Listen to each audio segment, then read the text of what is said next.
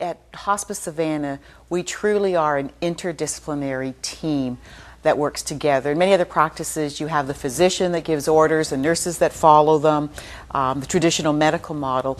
At Hospice Savannah, we are an interdisciplinary team in that the nurse, the social worker, the chaplain, the CNA, volunteers, all of our fabulous group that support the patient, we all work together and share a common plan of care is what we call it, but common goals that we want to help the patient and the family and meet their needs the best we can. And every patient and family is different, and so all their needs are going to be different, and we truly work together. So I work with the nurses on a very much an interactive basis, not a giving order basis. So we offer, our home care services.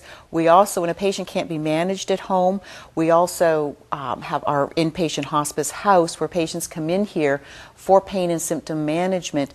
I kind of refer it to as our hospital, our acute care hospital. We don't like patients going to the hospital. Not that there's anything wrong with the hospitals in our community, but they're not geared to manage patients with serious illness and pain and symptoms in a palliative hospice kind of setting, and that's what we're really geared for in our inpatient unit.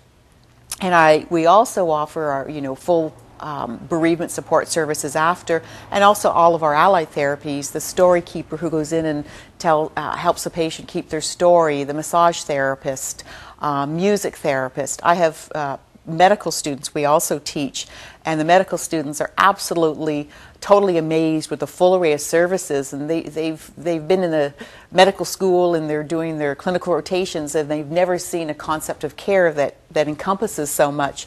And you send them out with the music therapist, and you have a patient with dementia or a stroke patient who hasn't talked, but the part of the brain responds to the music and they start to respond, and it's pretty phenomenal. Often patients and families are reluctant when they hear the hospice word, and physicians are very reluctant to mention hospice to patients and families, even though they know that that's the best care that they can receive. Hospice has such a negative connotation, which is really sad to me.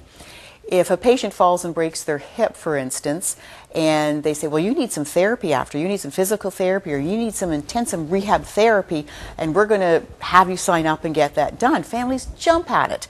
And it's when we say to a patient family, well, you have this serious illness, we can't fix your problems, but there's lots we can do to make sure that you're comfortable, and we have a whole team that's going to be there to support you and help you through, manage your pain and symptoms and do this. And then we say, and it's called hospice, all of a sudden it has such a negative connotation, which is really sad.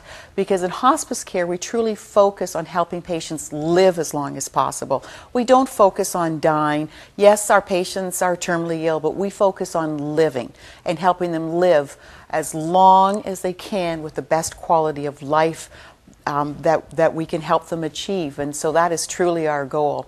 Physicians refer late to hospice. And that's what the statistics show. They refer late, they overestimate prognosis, they think a patient's going to live longer, and they refer late. Part of our task is to educate physicians on hospice care and try to get their patients to get into the care earlier so patients can benefit. The longer a patient is in hospice prior to death, the more they benefit from the services and the understanding, and work with the family to ensure that they have a peaceful death, and then deal with bereavement issues as well.